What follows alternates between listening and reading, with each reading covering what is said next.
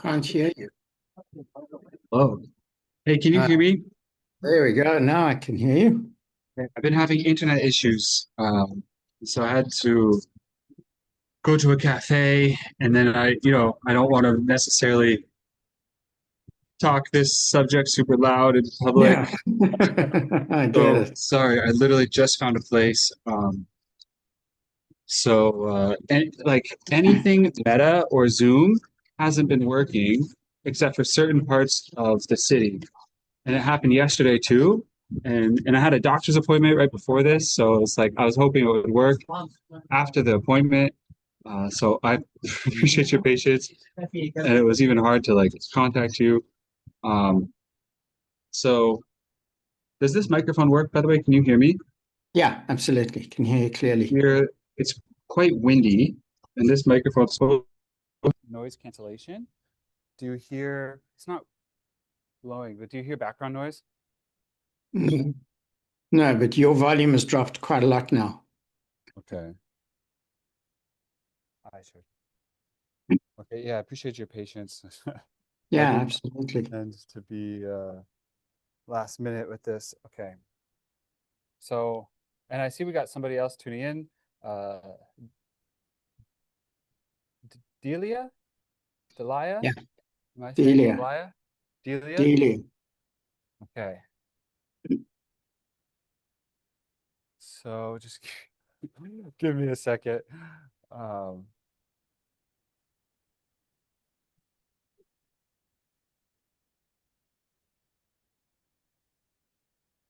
Does internet go down a lot there, or is it generally quite stable? yeah, I mean it's usually okay. What I think happened, the way things are going is I think it's a tower that's down. Okay.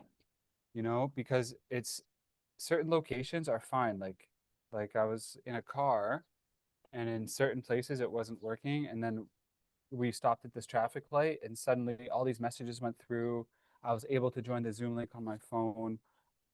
So I think it's certain locations. So then, well, I could test cafes, but like I didn't want to go test a place that didn't work. Yeah, absolutely. Yeah, a little out of sorts, I guess. Okay, so Yeah, that's much better volume. is this mic still working? I can hear you fine, so I don't know which one is working, but it's fine. Okay. I'm also trying to charge my phone because I didn't bring a charger. Okay, good.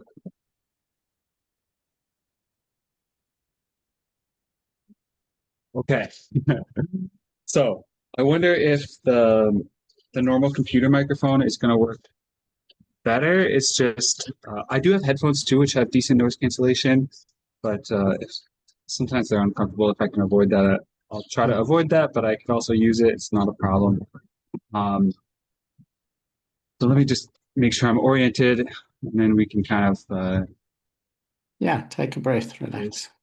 uh, which is part of what we're going to talk about, anyways.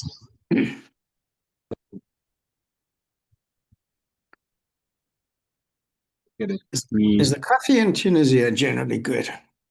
Yeah, they're obsessed with coffee. I'm getting a Oh, tea because I can't drink coffee this late. I won't sleep. yeah, I'm kind of the same. I mean, I love coffee, but after about two or three, it has to be decaf.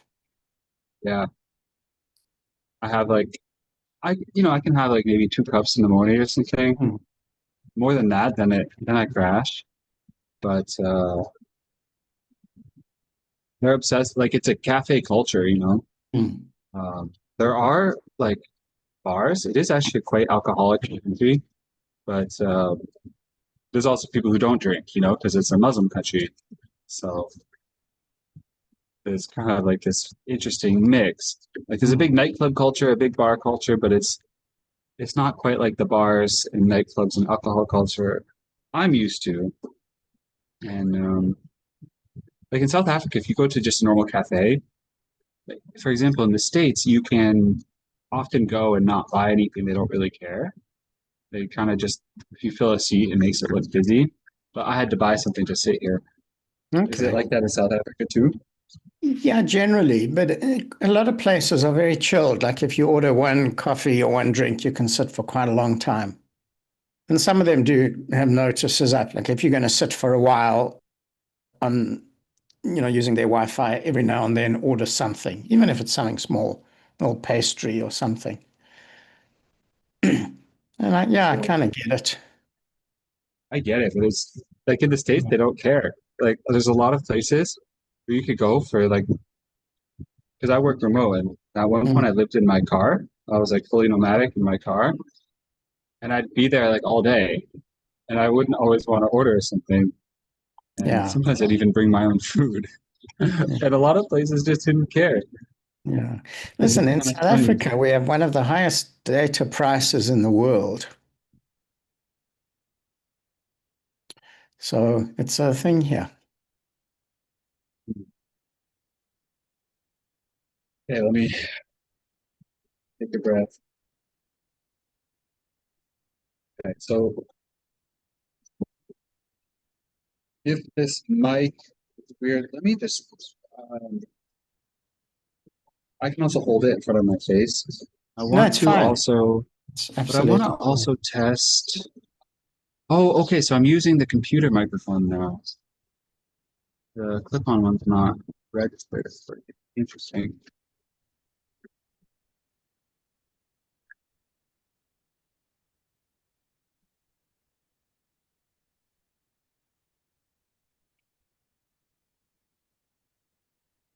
Just curious. Okay. Did the mic change? Did my voice Yeah. change? Yeah, Is that's it very low. That's very low volume. is it still low volume if I hold the mic like this? That's great. That's good. Yes. Okay. And what about if I turn this noise reduction on? Is this still okay? Yeah, that's good. How is the background noise? No, I can't hear any. Okay. And I'm going to test the computer again. There's like birds. It's not super windy right now, and there's a busy road over there, but I don't think the computer picked it up anyways. This is No, the I computer. can't. How's Uh, this? yeah, that's okay. What's better? If you hold the mic up, and this is pretty much the same. Okay, interesting. Okay, so testing, testing, testing, testing, Yeah, that's good. testing, testing, testing, testing, Yeah, it's pretty much the same. testing, testing. Okay, so because this is one mic setting, testing, testing, and this is another mic setting, testing, testing. It's the same? Yeah, Okay. All right. So, um, the way this works, and again, I think we talked about this, but yeah. uh, So that's definitely a little bit better if you're holding the mic. okay. So then I'll Yeah. I'll keep it like that then. Um, so here's how I do these. Normally I do them at home, but it's always cool Yeah. to have a different background, I guess. Um, is It's kind of like what we talked. I want this to be a like a real natural conversation. I want it to be fun. And Delia, did I get it right? Yes, Delia. Delia, if you want to turn your video on, if you want to ask questions at the end, um, that's great. Delia, so you guys seem to know each other. Um, like if she has something to add too, we could like open up the room also, like at other parts of the call, if that's going to be um, something that everybody vibes with. But I'm what I think is good cool is with we it. can, depending on if you have anything to add, we can keep it between us and open it up at the end. Um, and at the end, I like to open it up like introduce yourself at the beginning, and then we'll ask questions and we'll basically start what will be the content. And Sure. then at the end, if Delia, if you have anything to add, if you want to participate, if you want to ask questions, we can answer questions. And then I always like to end with like, okay, let's pitch. Like, I want you to be like, here's where you can find me if you have any questions. Here's something that I have to offer. I currently run this program, or I offer free calls for this. My website's this. You can find me on Instagram or Facebook. So definitely like, and that can be something that you clip, you know, and you can use for yourself in the future, or it's just part of the whole thing. But definitely pitch yourself. Cool. Um, Thank you. and yeah, okay. So I'm ready. I have a couple notes that I'm going to be looking at. Any questions before we start? No, not that I can think of. Okay. No, And then not right just, now. okay. And just because I am outside and that wasn't planned, if something does go off with my connection or my mic, either put it in the chat, or sometimes what I've done with like, I do a lot of Zoom calls is like, give a thumbs down on the camera, because sometimes you don't read the chat right away, Yeah. and that's pretty nonverbal. Like mid sentence, I can pause, readjust, and I'll do the same for you if you have an internet problem for some reason. Um, so anything you want to say before, because I'll hit record. It's already recording on the Fathom thing, but I'll Yeah. hit record, and then we'll have like a clip of it without all this talk about Cool. coffee and stuff. Yeah. Um, Listen, talking about coffee is important. yeah, no, I agree. Because it's like Yeah. how You know, how we approach things, yeah. right? Yeah. A long time ago, do you know cricket, the sport of cricket? Yes, I've never played, but I know it. Okay. So a long time ago, there was a very famous cricket commentator. His name was Charles Fortune. And Mm, he was amazing. He was very eloquent, very old school. And he used to talk about the birds and the grass and the butterflies and go like into all these details, which was mm. just so cool to listen to, as well as but it was all part of the cricket match. So it was a very Yeah. beautiful kind of thing. Different. Well, that's quite relevant for sexuality as well, you know? Yeah. And that's what we're talking about, the context. Yeah. Well, okay, so let's start, and then we can add these things in as well. Cool. So that work for you? Yeah. Your hair looks fine. Okay, good. Good. And it's super hot here, so I'm in the shade, so I'm quite happy about that. Um, okay, so, and like I said, we aim for about an hour. That's usually good, and maybe we run out of steam before. I'm not worried about that, and maybe we go a bit more. Um, yeah. Okay. So I'm gonna hit record on Zoom, and then I have a little intro that I'll say, and I'll like give you a place to introduce yourself as well. And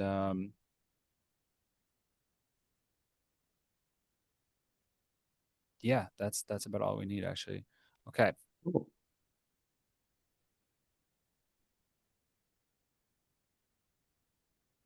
Right.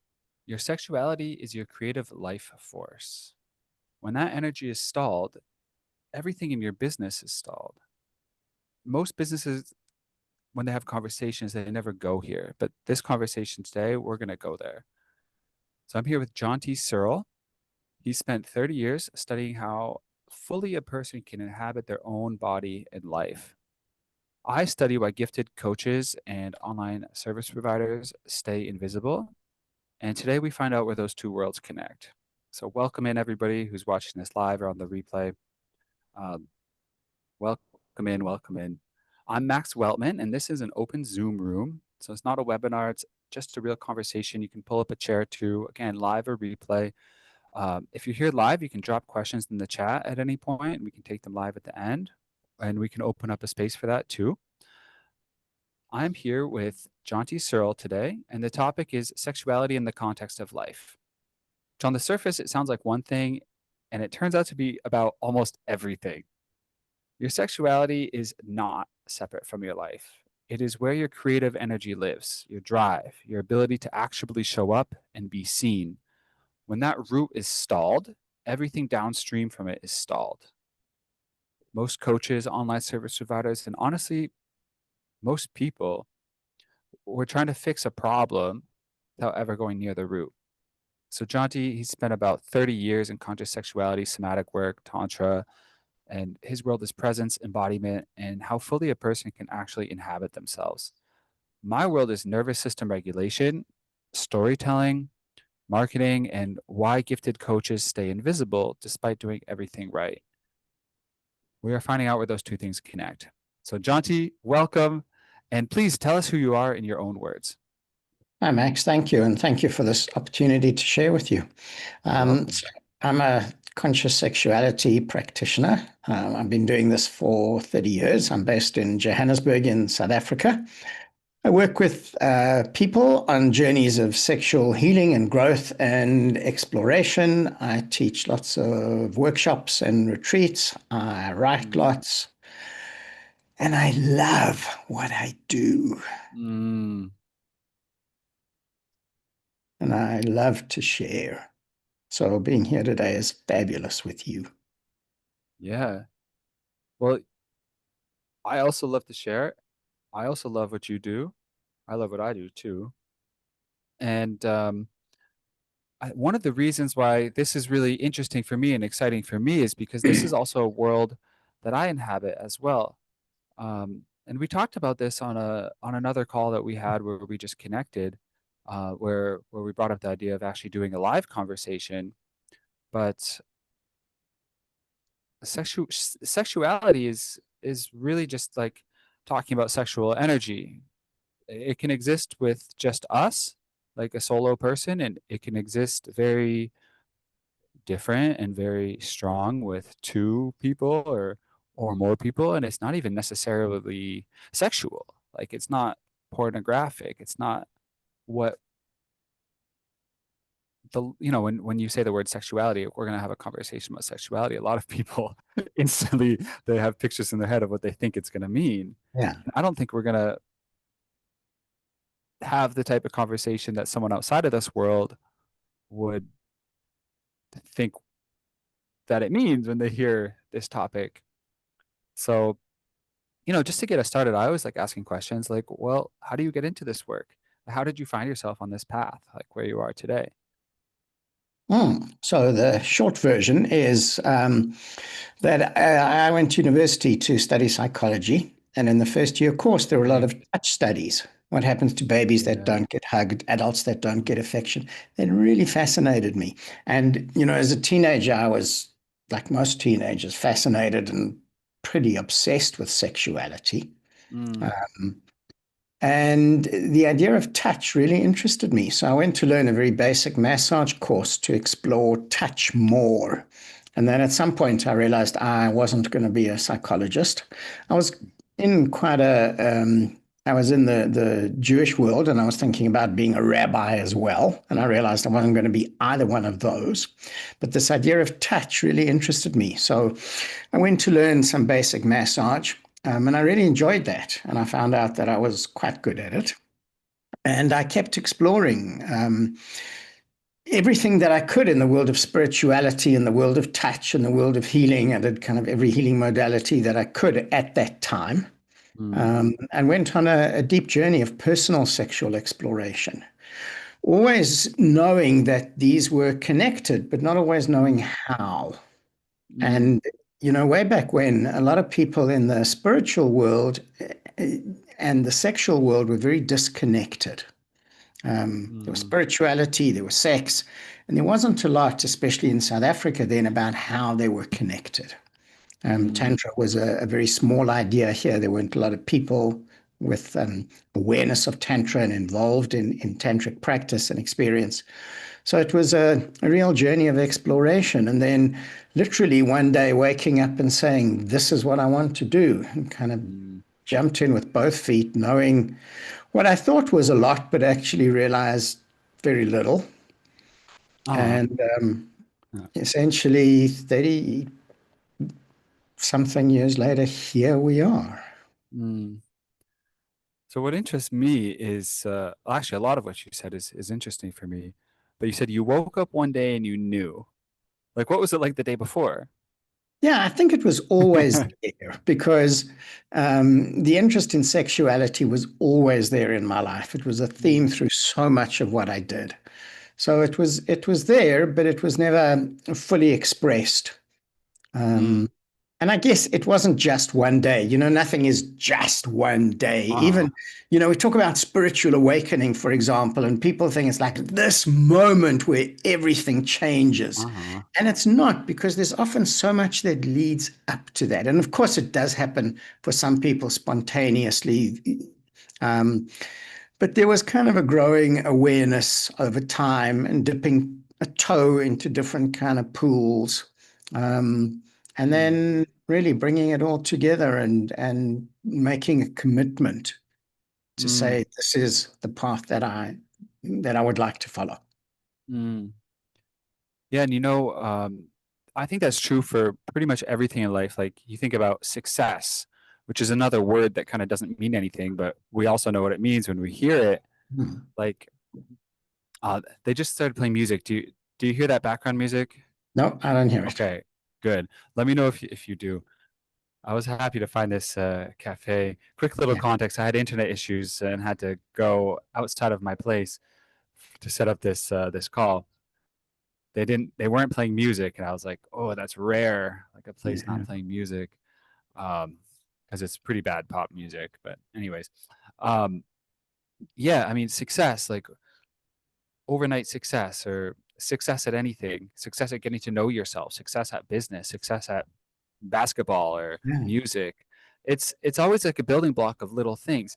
Presence, you know, like what does full presence look like in a human being? How do you recognize it? I think it's like someone who's steadily put in intention for that every day, even when they don't feel like it, within themselves and with other people. Um, and it's not just like one day where you suddenly have it. And then it also includes a lot of times where you might kind of go through hell, so to speak, where because you realize actually how much you're lacking. And then of course you want to celebrate your wins and this and that. Um, so Yeah. so yeah, it's interesting because how I always like hearing people's explanation. Like I know you didn't find it in one day, I certainly No, didn't find it in one day either, you know? no, it's like, that Mm. story of the 20-year overnight success, Uh-huh. because you don't see the 20 years that went into something. Exactly. And Yeah, and even today, because for me, a really important part of this and part of the context of this conversation is to keep learning. And I mm, think a lot of facilitators in a lot of fields don't keep learning. mm, That kind of they learn something and they learn a script in some way or they learn a particular technique. And they do that instead of understanding that it needs to come out of our personal journeys of yeah. growth, of healing, of expansion. Mm, And mm, particularly in sexuality, because our sexuality keeps changing. yeah. So that's really important. And in that context, then there are things that I think I'm only beginning to understand now for the first time, which is so beautiful. Isn't it beautiful? Yeah. Yeah, What are some of those things? I might have had the information of it, for example, but actually sometimes the embodiment that comes, it's like Uh, so beautiful because those are that's two. I mean, that's another topic. Like, what's the difference between knowing something and embodying something? And I mean, that's one reason why I'm really drawn to sexuality and tantra. And tantra again is one of those words that kind of people have they hear it and they think it means one thing, and in reality, it means another yeah, thing, and it can mean something different for everybody. But like embodying versus knowing something or knowing something intellectually. Like for example, something that sexuality taught me that I'll bring up because I'm sure you have a lot to say on it is it's well, there is a big mental aspect of it too, actually, but it's so physical.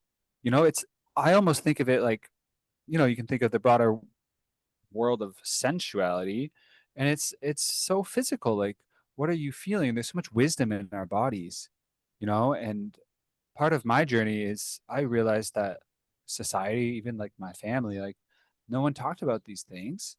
And it was like, you know, you're going to follow this path, you know, school and job and whatever. Like this makes you good, this makes you bad. And none of it was like physical, except maybe being overweight, which I was for most of my life, you know, um, which also disconnected me from my body, you Yeah. know,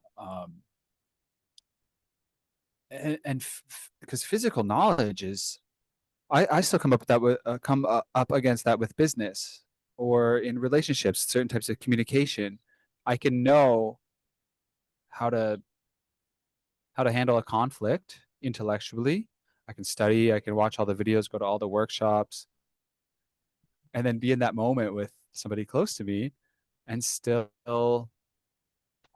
not have the practice and have my actions reflect that, let Yeah. alone in So sales, for example. yeah. it's So it's so there's a big. lot. Yeah, there's a lot in that. Mm, So a few different threads in no real order. The first yes. one is I wrote a piece once that said, I think at best, most of us experience about 30% of the pleasure we're capable of. Mm, So it was kind of an arbitrary number, but over mm, time, whether it's 30 or 40, like it doesn't make any real difference. mhm, But because we have sex and live in such patterned ways, which is the way that we generally live, you know, we do pretty much the same thing in the same way. We're not so present in a lot of the experiences. So we don't really feel a lot. You know, we were talking about coffee earlier, yeah. and very often we drink the coffee without really tasting it. Mhm, Um, you know, we get a little bit of the taste, but we kind of scratch the surface of the mm, taste. mm, So to actually go deeper, we have to have a relationship with our bodies mm, and a relationship with our feelings, with sensation. And if you talk about the wisdom of the body, you have to be able to hear that wisdom, to listen to it um, in a way that it's a conversation with your body. Because if that wisdom is there and it could be yelling at you, but you're not listening or you're not mhm, hearing, then you know it's not an open relationship. It's not a conversation. And I mm, think a lot of our sexuality is done to us, or we are doing something to someone, and there's not necessarily this conversation or this dance that we're actually listening. mm, That if I'm touching you, what is your body saying? And mm, when we're in such patterned experiences, which is pretty much doing the same thing in the same way that we do it, and whether it works or not is kind of secondary to a lot of us. We mm, do it because we know it. yeah. That like in the touch of your hand, am I actually really like aware of what's happening there, of what I'm hearing, of what the Mm, feeling is? So we need this relationship with our body to mm, listen, and that's the conscious part. So the mm, same thing, you know, in business. Um, I remember reading a study about a whole lot of top CEOs around the world, and they asked them how they made decisions. And about mm, 80% said they did it from pure kind of instinct. mm, Then came the kind of intellectual part. Then came the explanation, the justification, the analysis. So it came at a totally different level. But you have to be able to hear that in the first. mm, mm, So that requires a relationship with our body. And that really is about sensuality. yeah. So, just to digress for a moment, there's two kind of paths of sensuality. Because when we hear sensuality, we connect it to sex, and we think Yeah. that's the foreplay of sex. That's like the Yeah. everything before the sex. But Uh, sensuality is how we experience life and the world and ourselves yes. and each other. You know, you're sitting there and you've got your tea, and I've got my glass of water, and it's chilly here today. So if I'm outside, I feel the chill of the air on my skin, and we can see each other and we can hear each other. And all of that is sensuality.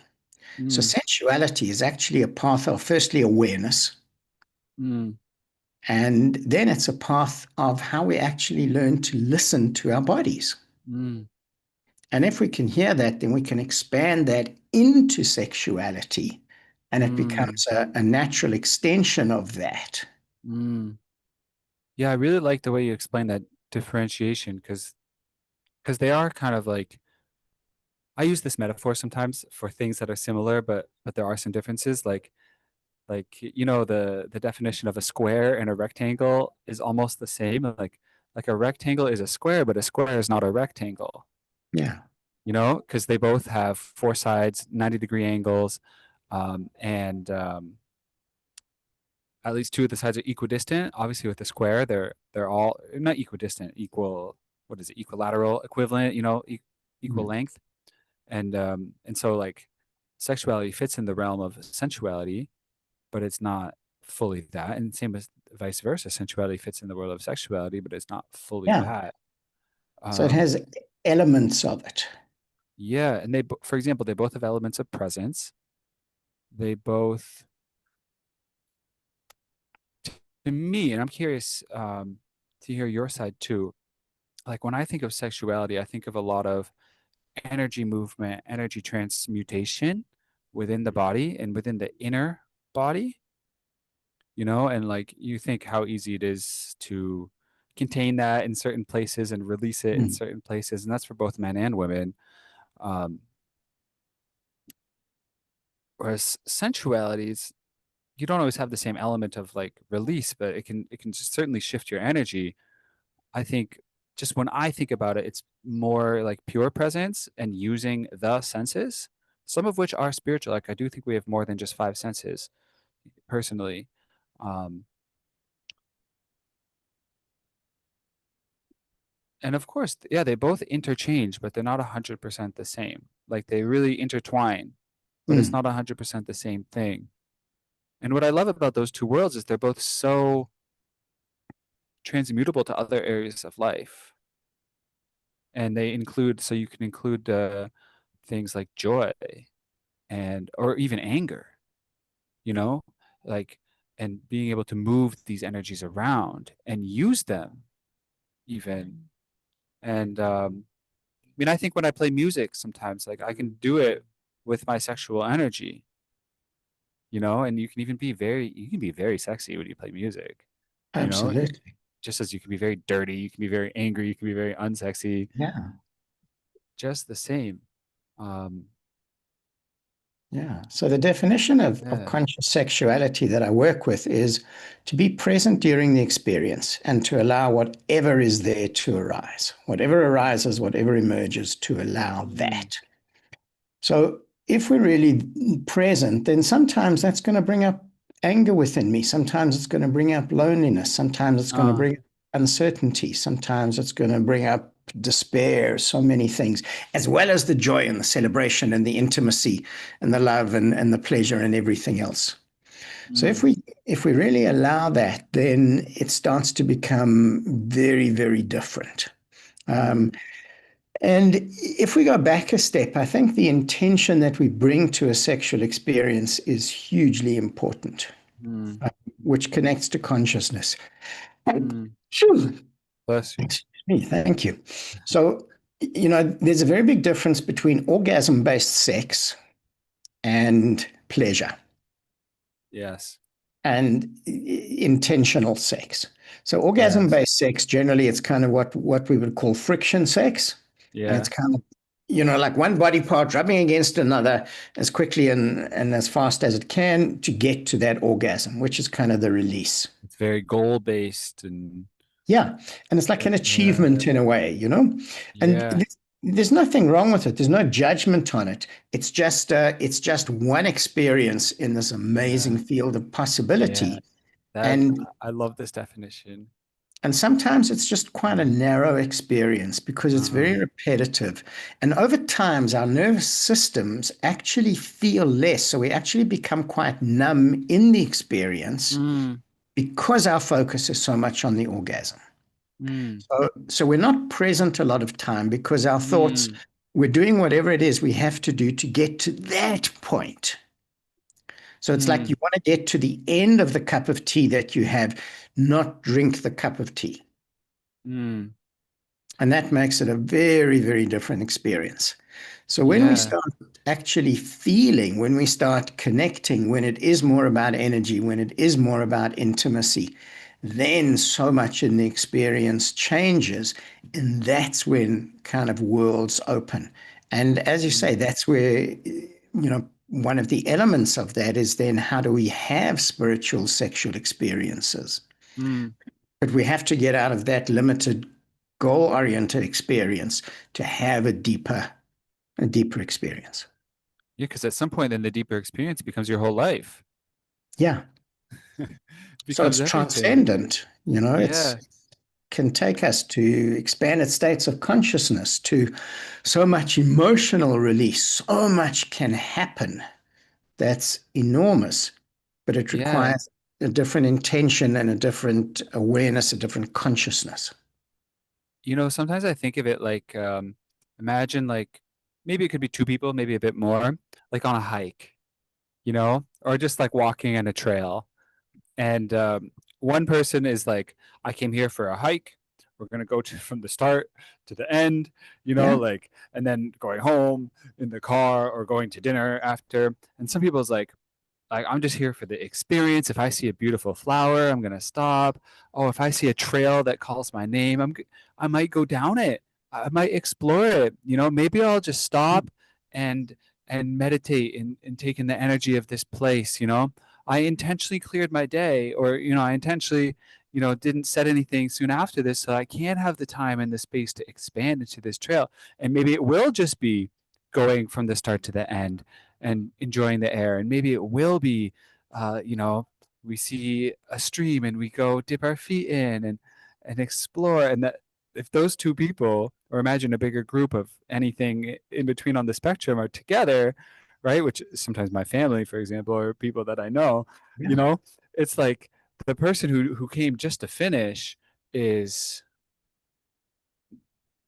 gonna not be as present because the other person's gonna be like expanding. And I've been both people, by the way, Yeah. in experiences like this, which is also part of the experience, um, is gonna be like, wow, like this person's taking they're such a slow motherfucker, like they're taking so long, like what the hell, like why can't they just keep going? And it makes me think I've had partners where because it interchanges, maybe there's times I'm hungry, I just want to cook the food and eat, and there's times where like I'm the one who wants to explore on the trail, and she wants to kind of just go back, and Yeah.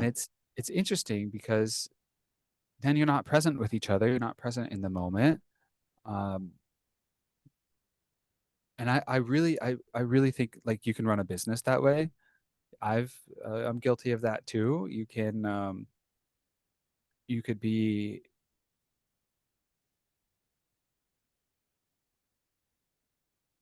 yeah, I mean, it's everything. And it makes me think too, like on this same subject, this might be a pretty I think this will be a fun question for you to answer, but this might also be like a pretty direct question. But like what makes you think a lot of couples are sexless, or, for example, why there's a high divorce rate in, for example, love-based marriages and dating? Um, because I think it relates to what we're just talking about. Yeah. So the first part of it is a lot of relationships end more because of intimacy and lack of intimacy than anything else. Mm, And a long time ago, I was talking to a psychiatrist who specialized in working with sexuality, and he said something that's always stuck with me. He mm, said, when sex works, it's about 10-15% of a relationship. He didn't know a mm. whole lot about sex and what there was in the world. So that was okay. He said when sex doesn't work, it's about 90% of a Yeah, relationship wow. Wow. because so much of it is about intimacy. And so often what we're looking for is intimacy more than we're looking for sex. Yes. And Mm. intimacy is kind of the glue that holds everything together. Yes. Sex is one way of expressing intimacy, but sex can also be a bypass of intimacy. Like Ah, sometimes it's a whole lot easier to have sex than actually be really intimate. yes. Isn't it incredible Yeah. how it plays on the full spectrum? So that's really, really interesting. And, a while ago, somebody asked me a question. And Max, I have to say, I dislike questions like this enormously. What's one thing that will change a relationship? Like, fuck, I hate things like that, these little sound bites. And Yeah, yeah. I really dislike them. But it made me think. Uh-huh. And the more I thought about it, I came to one thing: connection. Mm-hmm. So connection, and this, it links very much to something that you've said. Connection is a constant in a relationship, and it's something that we need to constantly do. Mm. So, I write quite a lot, and a while ago I wrote something that said the biggest things in a relationship are actually the small things done Yeah. consistently. Uh-huh. So, constant connection. So, in a Mm. relationship, for example, taking one moment every day, every single day without fail, to tell your partner something that you appreciate about them, Mm. to spend a minimum of 1 or 2 minutes looking into each other's eyes Mm-hmm. every single day. And there's a Mm. whole lot of connection practices that are 30 seconds at a time. It doesn't need to be more. I'm a big fan of micro practices, small little iterations of things. Mm-hmm. Um, but when we have that connection, all of these channels are open. Mm. So I remember reading somewhere that only about 30% of our communication is verbal. Mm. The rest of That's it true. is, yeah, there's a feeling, there's body language, there's Yeah. energy, there's sensing, there's all of the stuff Yeah. that's happening underneath the words. Yeah. Even your thoughts, Yeah, you can tell sometimes that somebody's not thinking about what you're talking about, for yeah. example, or what you're doing together. Yeah, His you thoughts and are I had a vibrational. conversation, and from my point of view, we had a connection in that. It was like easy for us to talk for an hour, and it was fabulous. Uh-huh. And that wasn't about the words. Uh-huh. You go to I don't know, you go to a conference or you go to a workshop or something, you'll walk into a room, there are people you'll go and talk to, even if you don't know them, as opposed to people you won't. And you'll go to that part of the room and you won't go to that part of the room. And all Mm. of that stuff is just what's inside of us, this kind of knowledge, this beingness. Mm-hmm. So when we understand that, then taking that time to regularly connect actually changes and keeps so many channels in our relationship open. And when we can do that, then communication becomes a whole lot easier. Mm. And I'll say Mm. this because a lot of my work is in touch and it's teaching a lot of touch. Mm. And actually have a touch retreat coming up soon, which I'm really excited about. Ooh. But the point of this really is to say that when couples touch more, they actually communicate a whole lot better. And they have Uh-huh. more sex and they have better sex and they have a whole lot more Uh-huh. pleasure. And if that's there, then the relationship is going to last a whole lot longer. Uh-huh. Mm. So that's kind of a big answer to what you said. And I hope it answers. Yeah, I mean, I don't even care, but but yes, you definitely did. Um, yeah, there's so much, right? There's so much we can talk about. Um, I, you know, I also think we share a lot of perspectives. Like a lot of what you say, I'm like really resonating with myself on a personal level. And also I struggle with some of the things too that I resonate with and that I know intellectually, like I do have struggles with some of the things. Um, which is interesting, right? And that comes back to what we said earlier about embodiment versus knowing.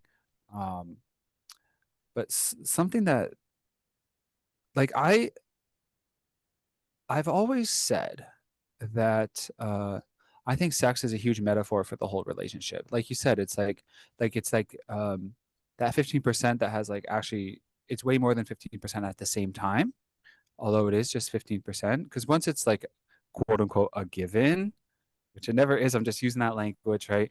Yeah. Um, yeah, for sure. There's other very important things that facilitate it, and then everything's kind of foreplay for that. And then that's also because I think the way that two people connect um, can be felt in the way that they make love. And I think that's metaphorical for how they're going to talk outside of those scenarios and connect. And like, somebody's cooking, another person just like touches the back. It's like, wow, thank you. You know, there's no expectation with that touch, right? It's Yeah. just like appreciation. Um, and another metaphor that I use a lot, which this is one reason why this world of sexuality is so important for me, is I really do think that like romance and all that it includes and business are pretty much the same energy used in two different ways. It's the same way. You can do business. Maybe you're buying a car. Maybe it's like, transformational coaching, Mm. right?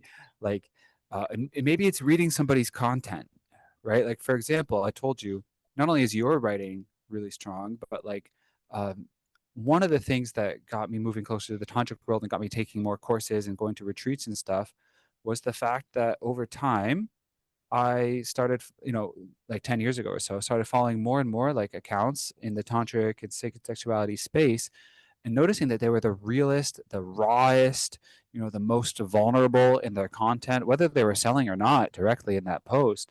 And that always spoke to me. It was just beautiful writing and beautiful expression. And then I can only imagine that their offerings are like that too. Whereas there's some people online and you just see them flat. You can see the money grab. You can feel the money grab. You can feel it from a Yeah. car salesman, or you could be selling cars and really connecting with people. You know, you could be using, I don't know, selling brooms as a vehicle for deeper connection with yourself and other people. If you look at it that way, you really could. And yeah, I mean, what's interesting is you find me a perfect person at any of this stuff, at business, at relating, at conscious relating communication. I don't think that really exists, but there's people who are always striving to improve and always striving to, see their mistakes as a place for growth. And for example, what really shifted me into business, because when I was younger, when I was like a teenager, I just wanted to be a musician, and I actually was like very against business because the only idea of business that had been showed to me was, I don't know, I think porn works as a metaphor here too. It was like very grotesque, very disgusting. I didn't really know that it was to be used for impact, and at the same time, I didn't like big businesses like Walmart or something, and I liked small businesses, but um, you know, it's the same energy of connection, of intention, of presence, you know, um, like for example, I can tell if somebody that I'm working with, whether I'm, for example, coaching them, facilitating them, or being facilitated by them, is more or less present. And that could be true for Tantra workshops, just as for a marketing workshop. That could be true for being with a partner. And it's interesting because in a sexual experience, it's easier to say like, hey, I'm noticing that we're not present. Like, let's take a breath, let's stop. Maybe Mm. like in a marketing workshop, you're not necessarily gonna say that, but Yeah. then maybe we need to change our marketing workshops. Yeah, and maybe we should because it's the same energy just expressed in different ways. Yeah. I gave some talks a couple of years ago to some small entrepreneur forums. Mm, Um, and the title was The Way That You Run Your Business is the Way You Have Sex, or The Way You Have Sex is yeah, the Way You Run Your Business. that's And all amazing. of these guys, because it was mostly men at these things, and that's Mm, just the way it worked out. Where no, no, no, no, no, this is, and by the end of it, it was like, well, maybe there's something there. mm, And the bottom line of it is this: we live in patterns. And we yeah. generally bring the same patterns to different experiences of life until we become aware of what it is that we're doing. Mm, And that's where it can start to shift. mm, But if we get that so much of what we're doing is kind of symbolic and metaphorical and playing out archetypes and playing out these mm, patterns, then a lot in that starts to shift. And mm, then we open to doors of possibility. And for me, one of the points of using the term conscious sexuality, and I kind of go through phases where I use the word tantra more and where I use it less. And part of that is because of the connotation of tantra. yeah. Mm, Like, because, so let's just go there for one small moment. Go there. There's a very big difference between neo-tantra, which is the very sexual stuff, and Uh-huh. then traditional or lineage tantra, which is a Uh-huh. spiritual practice. Uh-huh. And even in that, there's something like over 1,000 lineages of traditional tantra, Uh-huh. different schools, different learning, different practices, different ideas. So, and I saw something on Instagram a little while ago, and it was when men hear the word tantra, they think about sex. But if you looked at the poster of this, like you couldn't mistake it, because here was this quite skimpily clad young woman in Bali, in, Bali sex tantra clothes. And Yeah. it's like, well, fuck, if that's what you're showing, like, then of course that's what we're going to think it is. Anyway, it really made me chuckle. But the point of it is that there's so much. So here's the point. I totally lost track of where I was going. Yeah. Here's the point. When we talk about conscious sexuality, it means so much of what we're doing sexually, we're doing the same in life. And so much of what we're doing in life is playing out in our sexuality. Yeah. Uh-huh. Yes. That's the real point. That was a Uh-huh. long way around to get there. Yeah, no, but so I also like giving a lot of backstory to get to my point sometimes. So I can appreciate that, you know? And I think actually it's a bit of an interesting subject to explore this, because again, I like seeing parallels between things. I see this, what I'm about to say, I see this in like the musical world. I see this in between families. I see this, for example, I see this in the digital nomad community or just nomadic people as well, of which I've been a part, now more of an expat, um, but I think like Tantra really, and for good reason, has a reputation for this of like, it's kind of funny. I'm curious on what you think about this, and um, maybe you've been this person too, you know, and maybe you have some ideas on what messages people need to hear, but especially when you talk about like neo Tantra, like there's a lot of spiritual bypassing. And I see people writing about this, and you can feel it just by going to events. So there's a lot of amazing, beautiful people. I'm not here to bash on people, by the way, when I say this, because what I'm about to say also, I see this in the entrepreneur space, like the nomad space with musicians. I see this everywhere, um, and people who it's like every day they meditate with sage in the morning and before bed, and they hike and they're barefoot in nature all the time, and they're facilitating temples or going to temples, and like they're maybe they're polyamorous, maybe they're not, like who knows, like um and they're just so like oh, but I just go with my intuition and with flow, and it's men and women, but in reality there's a lot of spiritual bypassing going on. There's a lot of like hurt due to actually like things not being communicated when they could be. Um, and again, this is not everybody, but it's kind of like, because again, that happens in the entrepreneurship space too. Um, you can see through it when your eyes get clearer to a point, and you can also begin to recognize people who are more authentic, more doing the work, because we all fuck up, we all fail. I'm not here to say you have to be perfect all the time. In fact, I think the opposite. But I'm curious what you think about in any community. Maybe it is the neo tantra community, but like what you think about people who, and they can be any age, by the way, and any gender, right? Who maybe it's like a brand or a personal image or just how they present themselves is all like, I've been doing the work, all I do is the work. And you meet them and you kind of, that they didn't do the work. Like maybe it's been you at some point, maybe it's been some of your clients, and maybe it's people you see, or you don't go to their events or something. Who knows? Like, I'm curious Yeah. on your thoughts on this. Yeah. So firstly, of course, it's been me, Mm, and I learned what I did by making pretty much every mistake that I could. mm, Absolutely. And some of them were incredibly painful and incredibly uh-huh, hurtful. mm, And that was how I learned. And when I did a lot of learning at the beginning of this, I didn't have a lot of teachers. mm, And even if people would have said to me, don't do that, I probably would have done it anyway because that was part of my nature. And a lot of the learning was extremely painful, but it was really powerful and deep. Mm, So absolutely been there. And that's why I say, I think to be a teacher, to be a facilitator, it needs to be this constant inner journey mm, that we need to keep learning. We need to keep looking at who we are and we need to keep expanding who we are. And that for me is vital. Um, and that's in the fullness and the fallibility of human. Um, that there's plenty of times I say the wrong thing. I'm generally very filtered, and there are times where my mouth is much quicker than my mind, mhm, um, and do things that could definitely have been done differently and otherwise. And it's vital that we keep doing that and not just kind of,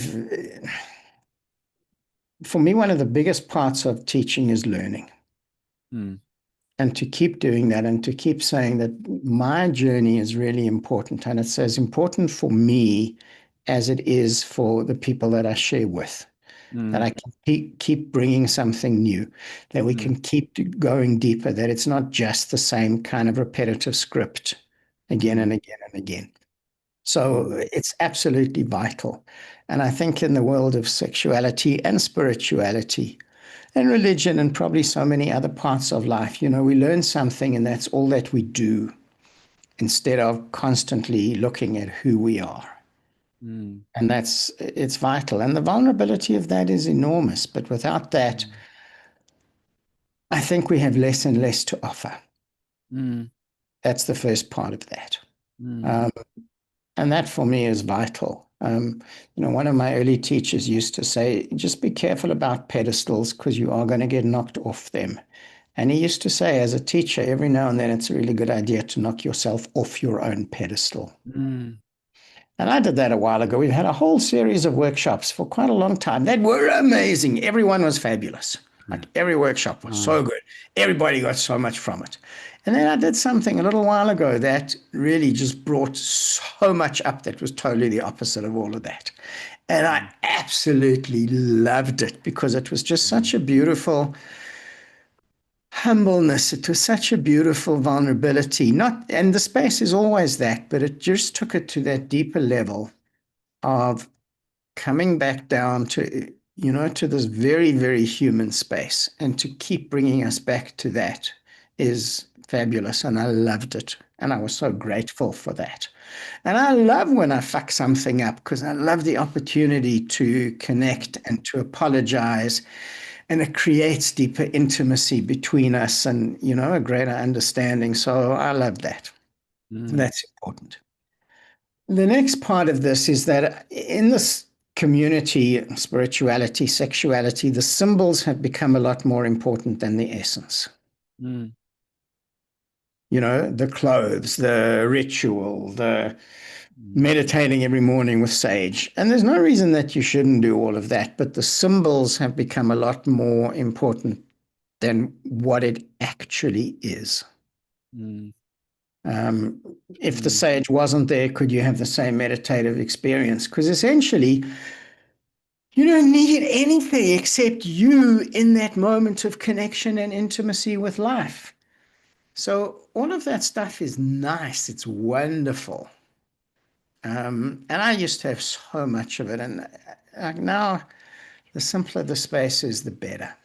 mm, And the mm, symbols are important, but not when they become more important than anything else, not when the lingo and the language become more important than anything else.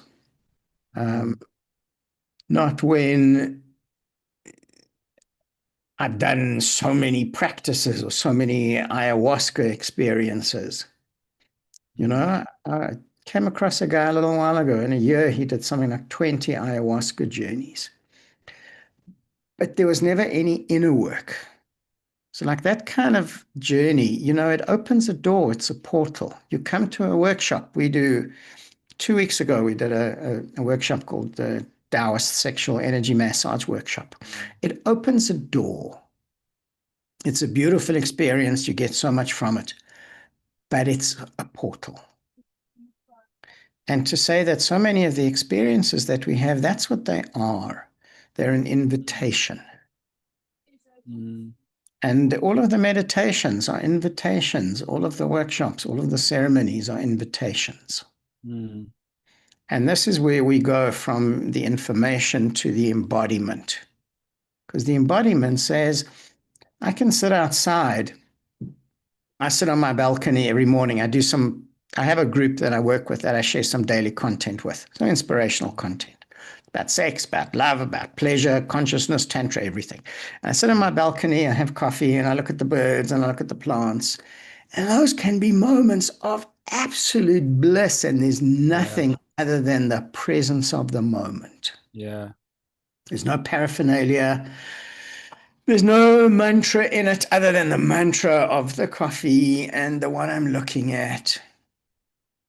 Have you ever had a moment like that where maybe you were in pain, or maybe like, I don't know, like a near-death experience or something, or just something very intense? It could have been an argument, and you have this like awareness, like this witness part of you that's like, wow, Yeah. look at me being human. I've Yeah. had I've had moments like that I too. love it. I make a joke and I say, if everybody listened to me, you'd be so much happier. And it's a joke, but the humanness is just so vital. I have a daughter, we're very close, and she keeps me so, so human in that, as do a lot of the people that I work with. And I love that because um, that's really what it is. It's just somebody who might have walked a little bit down a road, who maybe has a vision that sees a little bit more, that understands a little bit more, Mm, um, that can share something. There's a mm, teacher called Rupert Spira, and he said something interesting once. He said, all spiritual teaching at some point has to end. mm, And then there's this like, well, what happens after that? And after that, maybe there's just connection and friendship and intimacy and sharing. And I remember writing a piece once that said, maybe the world needs more lovers than healers. And maybe we don't need to heal people as much, but just need a space for them to feel loved, like to I, feel heard. that is powerful healing in itself too. Yeah. And then the healing arises. If you're in that Yeah. space where you're seen, where you're heard, where, because so much of my world is touch, where you can Mm, really be held in that, where you can really be touched, the healing, mm, because that's the wisdom of the body. That's kind of where we mm, started this. That's when the wisdom of the body will arise. And mm, part of the touch work is it creates vulnerability. And in that yeah. vulnerability, the awareness can arise. The emotional release can happen. The, the Mm, body can reset. The heart can take a breath and it can yeah. feel.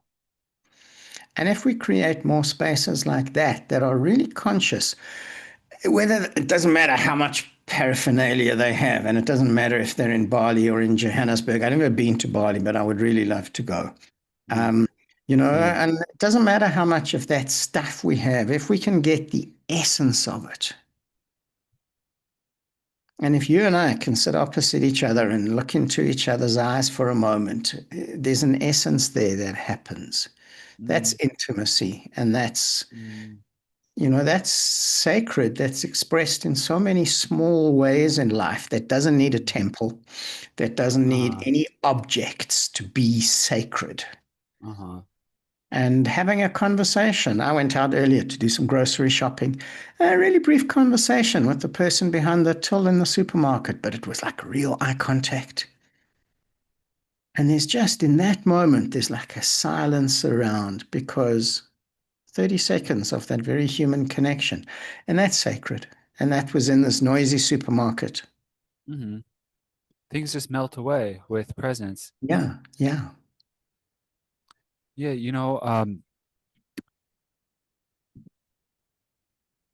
I was thinking, like, you said something about um, touch, and it got me thinking about like the difference. Like, I was kind of curious if you think there's a difference at all. I assume on one level there's not. at all, but between men and women when it comes to presence, touch. Um, and again, on one level, I don't think there is, and maybe you would agree with that. But for sure, on another level, I think there is, and then there's a third level where it's just human to human, right? It doesn't matter what you have. But you are a man, I'm a man. We've both had male experiences, and for example, I've been in some workshops, like some tantra workshops, where it's like partner up, and like sometimes there's way more men, or I've just ended up with a man, and there's been times, especially the first few times, where I was like, oh, I don't want to be with a man, and I ended up having this really, really non-sexual, interesting, mind-blowing experience. Maybe it had to do with touch, maybe it was even like touch across multiple parts of the body. Maybe it was just like eye gazing. I've done that. It's a very common exercise at workshops, where it's Mm. like touch somebody's arm, and it's like you ask, how would you like to be touched? Can I touch you how I want to touch you? What would feel good for you? Can I touch you with what would feel good for me? And then you switch, as well as some others. I mean, that's a very basic, low level exercise that can be extremely profound, just that one in general. Um, and it's kind of interesting. So, I guess my question is, with all of that context, just you work with touch as a profession. Um, what are some of the differences you see between how men and women experience it? Maybe because with you, you'd be touching a woman or touching a man, but maybe you also observe, right, in like groups. So it could be woman to woman as well. Yeah. What's your experience with that? Like the Yeah. differences? So it's a big soapbox of mine. Uh, And I love this uh, stuff. So there is definitely a difference between the way that men and women touch. And mm, sometimes that's what makes it beautiful. I'm going to yeah. make a statement, and it's not a man bashing statement. It's like just much more of an invitation. A lot of men have no idea how to touch. Mm, I would agree. Um, they have no idea what touch actually does, Mm, of what a touch of safety is. So, for example, for women, safety and arousal, for all of us, but for women, so much more, safety and arousal are so inextricably linked. And touch is a communication because our bodies read touch. mm, There are people who can touch you that you are comfortable with, and there are other people you're not, and you couldn't say why. There's yeah. something in that touch that's uncomfortable. So, touch communicates what's inside of us. The body, touch is one of the main languages of the body, and we read that. And if you lay your hands on somebody, you just touch somebody's shoulder, they can pick up if you are looking for sex or you're just looking for connection, or it's just a touch of comfort, or it's a totally unconscious touch. Uh-huh. All of that comes through in touch. Mm-hmm. And I think, firstly, to go to the men touching men, because I work with everybody and I've always done that from the beginning. Mm-hmm. And I know that there are a lot of male practitioners who will only work with women. Mm, Um, and for me, I think so much in our world would be different if men spent more time touching men or having experiences with men. And, in my workshops, I'm not concerned with the nature of the makeup of the group in terms of matching men and women. I mean, there was a time when I was, and what I would do to maneuver and make this all matched and happy. It's like, no, you're here to learn, you're here to have an experience. There's a human being opposite you. mm, And whatever their genitals might be is totally secondary mm. to Well, everything else. I mean, I have to say, some of those times where I was paired with a man in a tantra workshop, um, might have been more impactful. I don't know about more impactful, but like extremely impactful, than Yeah. because I noticed the resistance in my body, and I noticed maybe in them too. Um, and then it can sometimes be healing too, because I think, um, for example, like when you take away fathers from families, because there's a lot of people out there who will say like men aren't that important, or like, in a sense, you can almost say there's like, I don't know, like, I'll just not censor my words, like a war on men, out there Yeah. in the world. For sure, women have it fucking hard, but men also have it fucking hard. We all have it fucking hard, you know? And that's to say a lot of men don't find safety with other men as well, you know? Yeah. And I mean, it's unarguable, I think, because you say, just look at statistics of people who grew up without a father versus what happens when people grow up with a father, even if the father's not fully in the person's life or not the best person. Like, statistically, you're much more stable, you're much more Mm. connected with yourself, much more, successful, um, both a man and a woman. And it's been really interesting because I came into, especially the first time I did a workshop like that, I came into it like I will not, I do not want to be with a man. I Mm. only want to be with a woman, and because I'm attracted to women, I'm still attracted to women, Yeah. but So when we it's take the, not, yeah, it's not about that. It's about like no. what's the nervous system, like what is, and judging, like where are you judging, um yeah, it's kind of interesting because, for example, in a business sense, I can be a really safe place for women. Like I tend to work with a lot of women. I also work with a lot of men, but I tend to work with a lot of women. Women tend to feel safe around me. Um, and that's something that like partners have said as well in the past. Um, and I think part of it is because I understand. I mean, one, I grew up with a very female heavy family, not many men in my family, but two, I mean, some of these experiences I've seen, like, okay, well, here's what it can be, Mm. you know? Because no matter, yeah, there is a difference between men and women. There is a difference between the energy of a man and a woman, even a masculine woman and a feminine man. There's still a difference, and that you can feel that difference in, um, like if you were a woman, our conversation might be a little different. Or if I was a woman, we might have talked about different things, or just we'd feel a little bit different. Let Absolutely. alone like the physical aspect, like the actual touch. It's it's Yeah. different, and I agree. I think sometimes we need the male touch, and I think sometimes we need the female touch. Yeah. And this is more for the viewers than for us, but this is not sexual. What we're talking about is not No. sexual, you know? For a man to be held by another man and to feel that, another man's arms and another man's chest against you is such a powerful thing to experience Mm, as a man. mm, And we could go so deeply into this. I'll share a story with you. It happened at a workshop years back. And in South Africa, we have some really big men, these really tough farmers and rugby players and some really big men. And it was uh, a configuration of a massage workshop. And it just worked out that two men wanted to come. And I said to them, it was all couples. mm, You're very welcome. There is another guy looking for a partner. This is how it's going to work. And both of these guys said yes, which was really beautiful. And it was at that point, there was a fireplace, there was a fire going in the room, and all the lights were really low. And everybody, I had demonstrated some stuff, and now everybody's doing it. And there's this beautiful music playing, and there's this quiet in the room.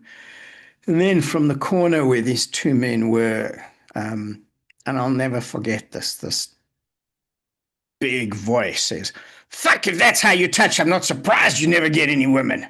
And everybody bursts out laughing. But that was a night where those men learned more about themselves than if they had been with female partners. And as mm, funny as it was one of the biggest eye openers and awakenings and invitation and doors of possibility that came from that. That was really amazing and so beautiful and so powerful. And that these two really macho, very straight, very heterosexual men were willing to go into that space, and how that expanded, changed so much in them. mm, And it allowed both of them to find and create the most amazing relationships. mm. Like, what do you? When we take the story away, when you take the labels away, so if you and I share that experience, there's no story in it, there's no label, there's no meaning other than one human being to another. Mm. one man to another. Yeah, and it's really powerful to own your masculinity as a man, you And know? it's a huge thing in our world because there's Mm. such toxic and shadow masculinity being around. Yeah. I actually think, yeah, because that's one problem I have with the term toxic masculinity is I'm like, everyone says, let's get rid of toxic masculinity. Well, when you say let's get rid of X and X, you're giving attention to the thing you want to get rid of, and what you Yeah. focus on grows, right? I rarely hear people say, I mean, it's in men's spaces and like, conscious spaces that I hear it, but like, well, no, fuck taking down toxic masculinity. Why don't we increase positive masculinity, strong masculinity? I think that, because that's the leading energy, I think increasing positive masculinity will actually have a positive increase on positive femininity as well. Yeah. I think it'll heal everybody. Yeah. And it might be controversial. I don't know why it is.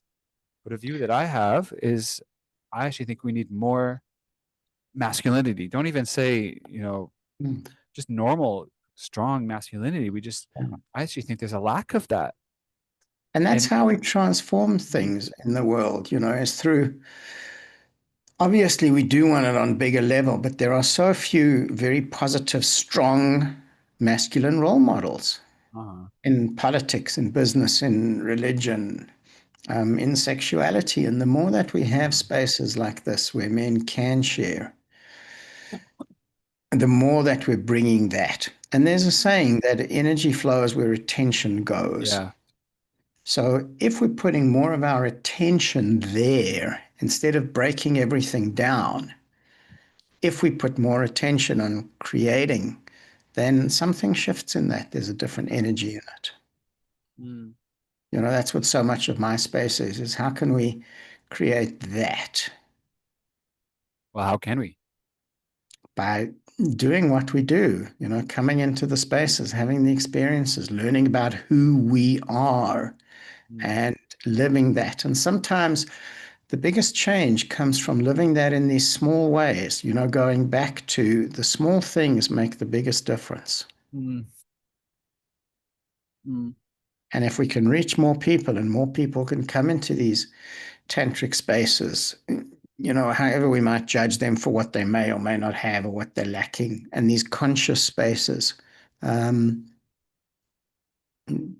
that's so huge. And in a world that really wants to push sexuality more and more into underground and into the shadows, to bring it out into the open is huge, to be able to have conversations like this.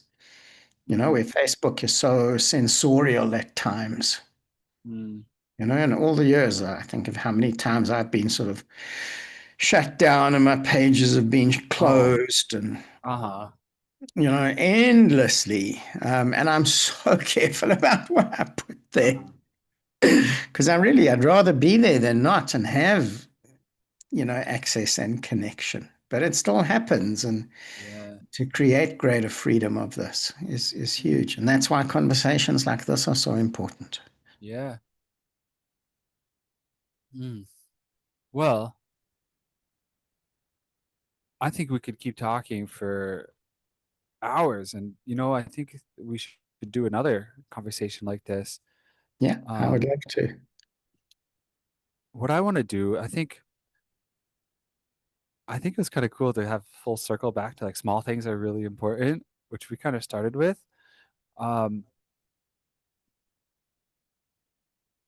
Delia, do you have any questions or would you like to contribute anything?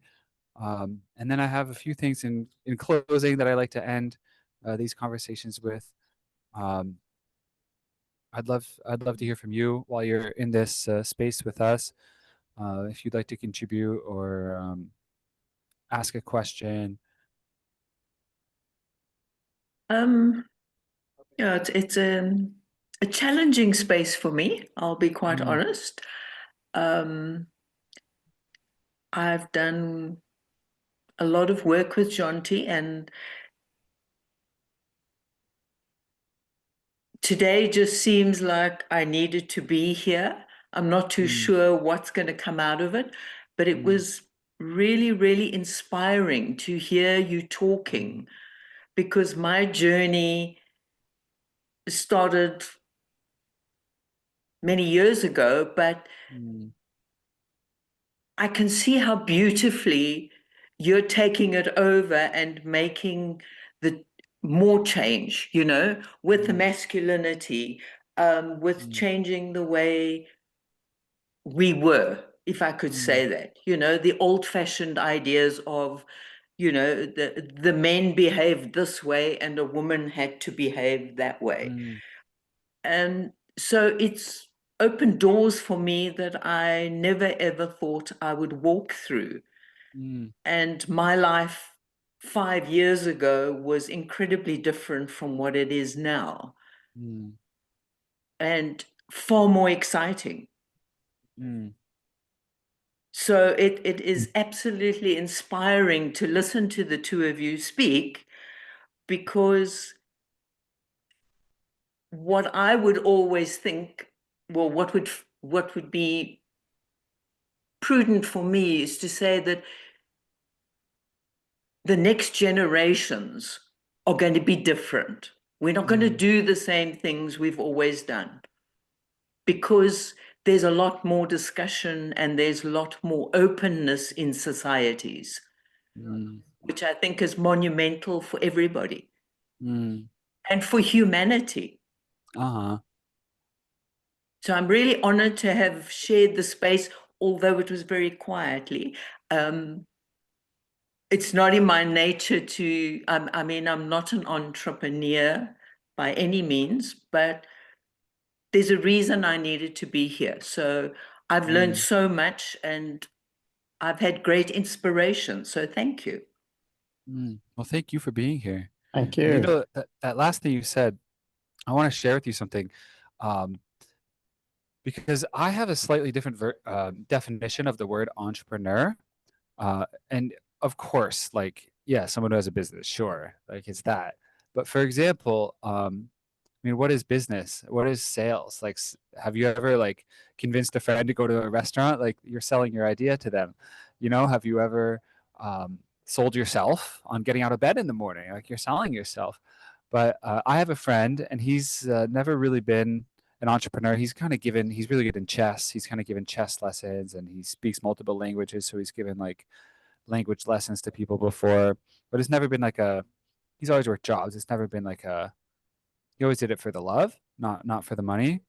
Um, but he liked to travel, and he had always like a mindset of like, I'll do what works for me. And for example, I still consider him an entrepreneur in my head, because I consider an entrepreneur someone who just thinks differently, who thinks for themselves. Like I do think it can extend beyond business, because, for example, a business is often a natural extension of that mindset, of that way of thinking, but it's not a prerequisite. Like, you could also say business owners are their own community, and some of them are kind of like trapped in a job, right? Like, a lot of business owners find themselves trapped in a job that they created as well. But it's just my point that I'm glad you're here, and it doesn't really matter what you identify with. You're very welcome in this space. Thank you. Thank you. Mm, I'm deeply honored. I really am. It's been a pleasure. yeah, thank you. So, are you also in Johannesburg? Yes. Yes. Okay. And I'm up in Tunisia, so we're together. This call is encompassing North and South Africa. I'm not from Tunisia, but I'm Yeah. that's where I am. So it's kind of cool. It is. And Indeed. yeah, and already I shared this. I actually shared this in two men's groups that I'm in, Jonti, and one of them they said no promotion, so I had to take it down. These are WhatsApp groups. And the other one is actually a South African group, the Father, Sons, Brothers. That's Gareth Pickering, uh, Matt Doss, who's American, David O'Byrne, and Leonard Lewis, part of it. Other than Matt, they're all South African. Um, and at least one person in that group wasn't available but wants the replay. So it's kind of cool. Um, Yeah. Fabulous. I think this is a really powerful conversation. Um, so the way I like to end these is I like to both have us say, here's where you can find us, here's what I'm offering. And then I have something at the end for you. So, and Delia, the last question at the end, feel free to contribute as well. All right. But, before we wrap up finally, like I'm going to share a bit about myself, what I'm building, and at least 3 ways that you can take this further if you want to connect with me deeper. Anyone watching this on the replay or live, depending on where you are right now.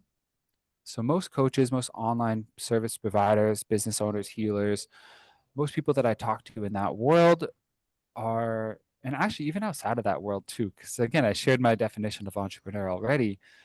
They're doing everything that they've been told to. And so in the business world, that often looks like posting, showing up, and their content still falls flat. And for people who don't have a business, content is just a form of communication. It's a form of communicating clearly. That's a large part of what the word marketing can be reframed as, just clear communication. So that works whether you have a business or not.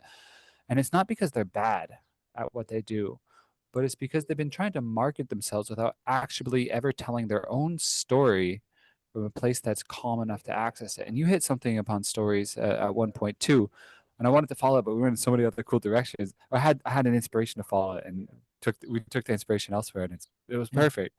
Um, and they're sharing information when actually what people want to follow is a person, because we connect with people, not just blabs of text from ChatGPT or even not from ChatGPT. So the work that I do is helping spiritual coaches and healers, online service providers find that story and tell it from a regulated body. State first, story second, and visibility is downstream of both. So I run a 90-day small group community where every session opens with breath work before any strategy is touched. And we build your 5 core brand stories together, like your brand mythology. The room itself becomes the product. There's real community, accountability partners, and people who know each other by the end. So that is the program. And there's a one-on-one upgrade as well. And there are some one-on-one coaching calls included in that as well. Now, 3 ways to go further from here, depending on where you are. So if you want to start a conversation and find out if my work is for you, I run something called a brand story session. It's a free 30-minute call where we find your origin story of your business and of your being, look at why it has been hidden, and what it would mean for your business if you started telling it. And this works even if you already know your origin story, because there's probably layers like an onion of vulnerability that you're not hitting upon. That call is a sales call. I'll make you an offer at the end if there's a fit. We can talk about next steps, how you can actually implement that. And if you want to book one, DM me or drop a comment if this is being posted somewhere on social media, and I'll send you the link. And if you're not ready for a call but want to know whether your content is actually starting conversations, I have a free resource called the Content to Conversation Scorecard. It's a quick little self-assessment that shows, like, is your content connecting to people actually not just engaging but starting conversations, which is one of the first steps to sales. You run through it, it shows you exactly where the gap is. So again, I'll put a link to that. And if you just want to stay connected and see where this goes, I always offer networking calls, which is, for example, how this conversation with Jonti started, which is amazing. So networking and just connecting in general can go in so many directions. So there's no agenda behind a networking call. There's no pitch. It's just a conversation to connect. So I'll include a link for that too. And yeah, if something particular to me resonated with you, I would love to connect deeper with anybody. Everything starts with a real conversation anyways. So that's my part. And before we wrap this up, Jonti, please. Oh, I'm on Facebook is my primary platform, and I do run a group called The Visible Expert. But I'm also on Instagram and TikTok and LinkedIn as Max_Weltman on Instagram, and just Max Weltman on Facebook. So Jonti, where can people find you? How can they get in touch? And what do you have to offer? Thank you. Well, I think I got a lot to offer. So Facebook and Instagram, Jonti Searll, JontiSearll. My website is eroslife.co.za, eroslife.co.za. There's quite a lot of stuff on the website. It does need to be redone, and I know that. But there's a whole series of educational videos that we've made. There's an audiobook that I've produced. There's a lot of information there on workshops. So there's a lot of that. I love depth with people, and I love conversations. And just like you, Max, everything begins with a conversation. So when people want to begin a journey with me, we have a conversation. And part of that is you'll tell me where you are, what it is that you are looking for, what you'd like to do. And I explain the framework that I work in, some of the principles of this, and share one of the very first practices. And part of that is this a fit for us? Is this something that's going to work? And, having a foundation and having understanding the framework is hugely, hugely important. And then I work in programs of sessions with people. And once we've had that conversation, then I'll recommend a program to you and tell you a little bit of what it involves. I work online and in person, but it does begin with that conversation. So for everybody who watches this, my offering for now is that conversation is free. So it's normally a charge thing, but for everybody watching this, it's free. And as Max said, I'd love to connect. I'd love to share. So if anything of this does resonate, and I'd love to connect with people, I'd love to have a conversation with you. It doesn't have to be about work and doesn't have to be about working together, but just a connection. And, we see what grows from that. That's amazing. Should people DM a keyword like, hey, I want to have a conversation and I got it from this video? Yeah, how about sexy Max? Okay. I've often gone, because I play saxophone, like Max, Saxy, Maxi or something. Yeah. But I'll keep it at sexy. I also like that. That's nice. Okay, so something like that, and then I'm very happy to do that. And I'd love to connect and share with everybody who's there. I create a lot of content in different formats. Hopefully, a whole lot more coming soon. And for me, this really is about sharing. It's one of the things that really excites me every day. And again, thank you, Max, for this. I've enjoyed it enormously, and I would love to share more with you. But it's Yeah. been, and I'm very grateful for the space and the opportunity, and the way that this has flowed is beautiful. Yeah. Well, thank you. By the way, I might have talked about it on our other call. Are you in that group, Enlightened Entrepreneurship? That's a good question. I need to check because there's a lot of stuff that happens on Facebook. That's a good group to, you can promote if you pay like a really small membership fee, but it's a really good group to just like be active in, because it's not a group full of spam, because again, you have to pay. And the person who runs it really is community focused, and they do networking. That's pretty good. I've been like networking like crazy in that group. And that's one of the groups that I posted for sharing this chat in. So your name's already in there, but so people actually could click on you. But it's just, my point is, I think that would be a cool group to post some stuff just off the top of my head. It's not a pure sexuality or tantra group or something like that. Yeah. But sometimes it's nice to be in different worlds, because what I find is this subject resonates with so many people.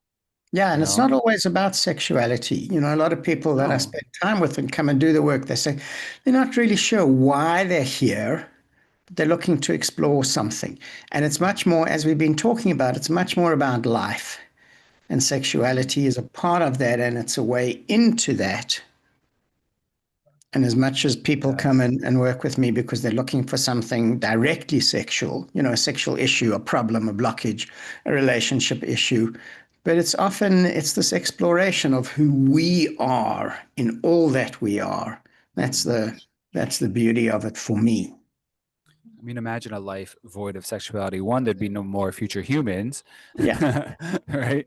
But it's like, it's so true. It's not all of life, but like without it, there's no life. Because again, you can have a sexual energy even if you never engage that way, alone or with people. It's very mindset based. Yeah. I mean, can I share one quick practice of that, maybe. Yeah, if anything, that's something we missed on this call. I like to have people demonstrate things. So yes, go. Okay, so this is a beautiful one. And just imagine that as you take a breath in, imagine that the breath you're taking in is entering you and penetrating you as a lover. And think about the quality that a lover would bring as they entered your body, the care that they would bring to you, the tenderness, the life in this breath that's coming into your body. That life is entering you as a lover. And that when you breathe out, you're breathing out into life. And you're sharing yourself with life as a lover and as a lover of life. And can you breathe this breath in with that sensual feeling of the breath, of the cleanness of the air? Maybe there's a sharpness in the air. But just feel the sensuality of that breath. And as you breathe out, that you are giving of your essence in this moment to life. And 2 or 3 breaths like that at any time of the day are such a beautiful, grounding, connecting micro practice. Yeah, thank you.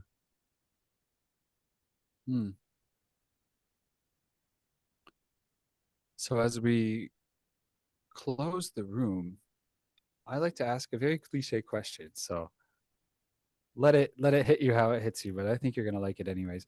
And uh, Delia, I also invite you to share this too. So the cliche question that I think brings some depth, and I'm going to share one too, and have it be by the moment, or it could be something core to you. But well, what's one thing you'd like people to leave with from this call, or from your energy? What's your one message for the world, for anyone tuning into this? If you condense what's alive in you into one thing, what would that be? Yeah, listen, some cliches work, and that's why they're fabulous. What I would say is for me, the power of pleasure is so transformational on so many levels of life, and it's as much a path to the everyday, to the sacred in the everyday, as it is to the higher spiritual paths. And if we can live a little bit more from our bodies and a little bit more from our hearts, and with just a little bit more awareness, there's so much in our lives and in our world that can be different. And I'd love the opportunity to share some of that with you. Beautiful. Well, what's alive for me is a lot of this comes down to communication, and that's also how we communicate to ourselves. That's going to be vital for business. That's going to be vital for any sexual connection. That's going to be vital for any connection, coworkers, your family, your boyfriend, your girlfriend, your husband, your wife, your children, the way you walk past people in a crowded subway or something.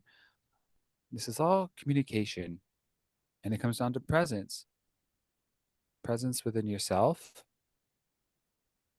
And sexuality is one of the rawest places to test. You don't have to be perfect. Just have to be present, come back. For any entrepreneurs, it's the same when you're on a sales call. There's no difference.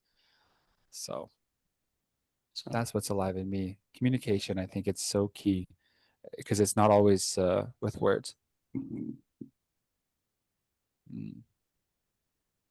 I have to interrupt, Max, and I apologize. I have to leave. Yeah, well, this is the end. And so. Delia, do you have a message to share? Maybe a quick one? It's a very, very quick one. What's alive for me is how many incredible possibilities there are in every moment.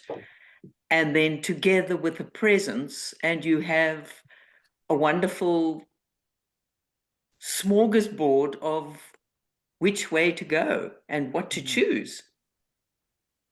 Mm.